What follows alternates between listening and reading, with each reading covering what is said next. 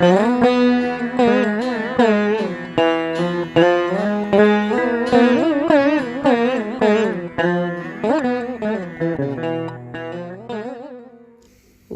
ஸ்ரீ கல்கி அவதார அகத்தீசாய நமோ நமக. ஈசனின் அடி தொழுது அகத்தீசன் உரைக்கின்றேன். ஆதி சிவனின் இயக்கம் அன்பாய் மலர்ந்து விரிந்தது. ஆதிசக்தியின் ஒடுக்கம் தீவிரமாய் நிகழ்ந்தது.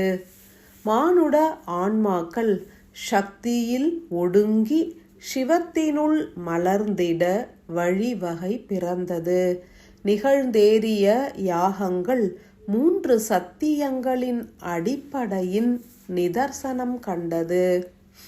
சக்தியின் ஒடுக்கம், சிவனின் இயக்கம், காலத்தின் ஒடுக்க இயக்கம் ஆகிய 3ம் இனிதாய் மலர்ந்தது.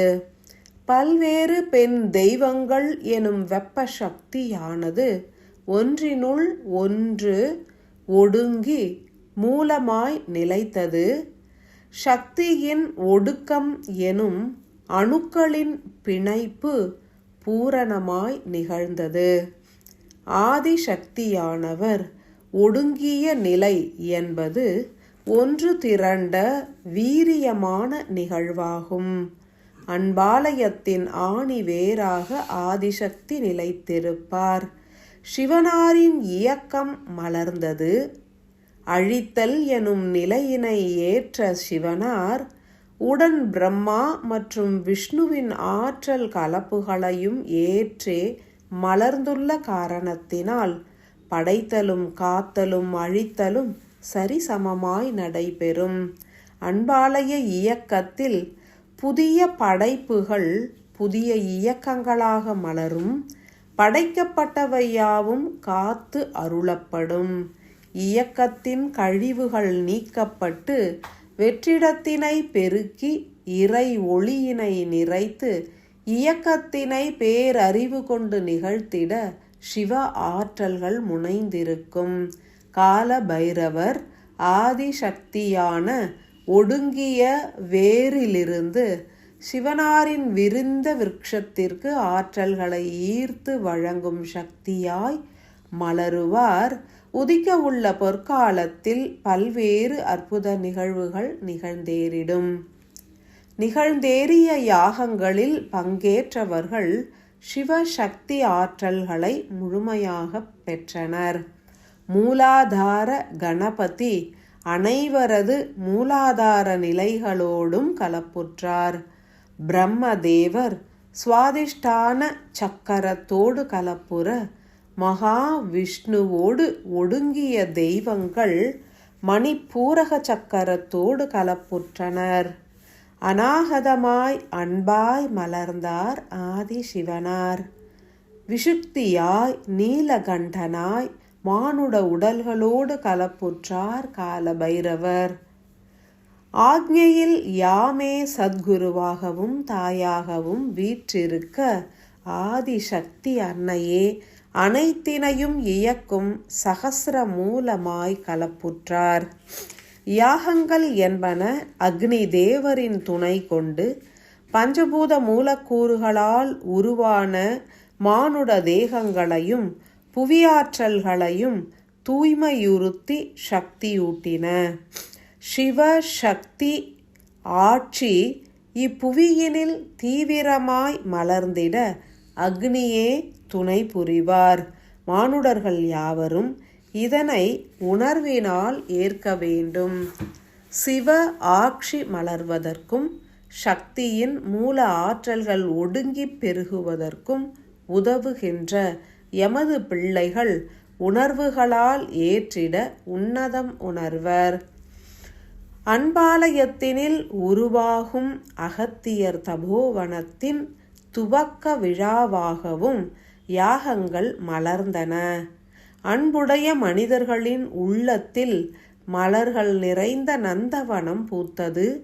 நந்தவனமே தபோவனமாகவும் உருகொண்டது.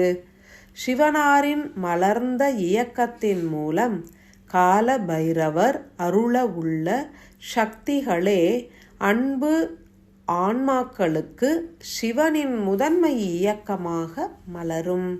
மகா சிவராத்திரி அன்று கால பைரவர் தனது ஒடுங்கிய இயக்கத்தை உணர்த்திடுவார்.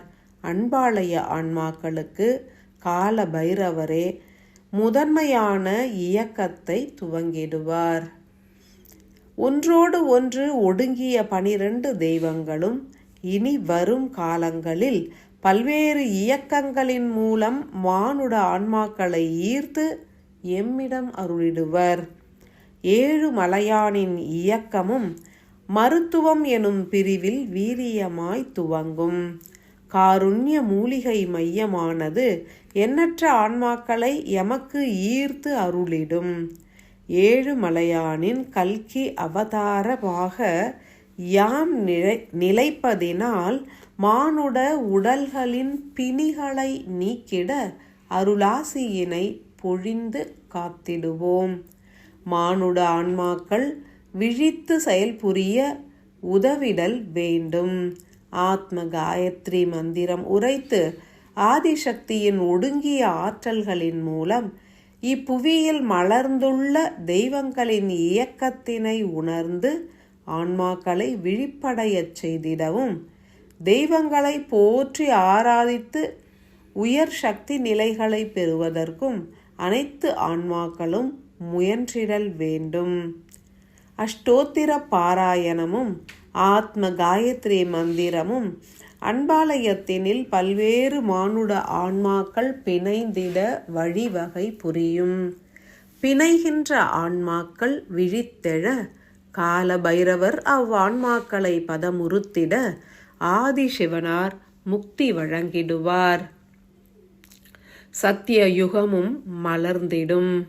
மலரத் துவங்கிய சத்தியயுகத்தின் வாயில்களை யாம் திறவு கொண்டுள்ளோம். திங்கள் சூடிய பிறையோனாம் ஆதிசிவன் உள் நின்று ஈர்த்திடுவார். சத்திய யுகத்தினுள் சிவனாரின் மலர்ந்த இயக்கத்தினை அனைவரும் உணர்ந்திருப்பர். மலர்ந்த இயக்கம் எங்கும் பரவிட மலர்ந்த ஆன்மாக்கள் வழிவகை புரிவர். மலர்ந்த ஆன்மாக்களுக்கு அன்பான ஆசிகள்.